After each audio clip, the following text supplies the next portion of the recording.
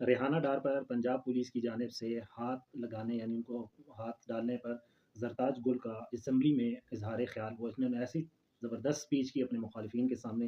اس video میں ذرا ملاحظہ فرمائیے کہ وہ کیا فرما رہی ہیں. کہ ریحانہ ڈار صاحبہ جو سیالکوٹ میں جس کا تو 9 مئی سے بھی کوئی تعلق نہیں تھا, بیٹے کی سیٹ پہ الیکشن لڑنا چاہ رہی تھی, والدہ کی عمر کے خاتون ہے.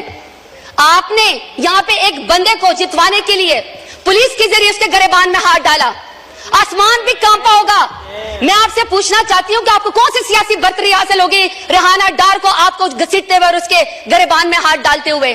اسپیکر صاحب, ہم نے تو سنا تھا کہ فلسطین میں, کشمیر میں مقبوضہ جگہوں پہ یہودی اور ہندو جو خواتین کے خلاف ٹارچر کرتے ہیں, ان کو ہراس کرتے ہیں تاکہ ان کو کوئی جو ہے اس کے اوپر برتری حاصل ہو جائے.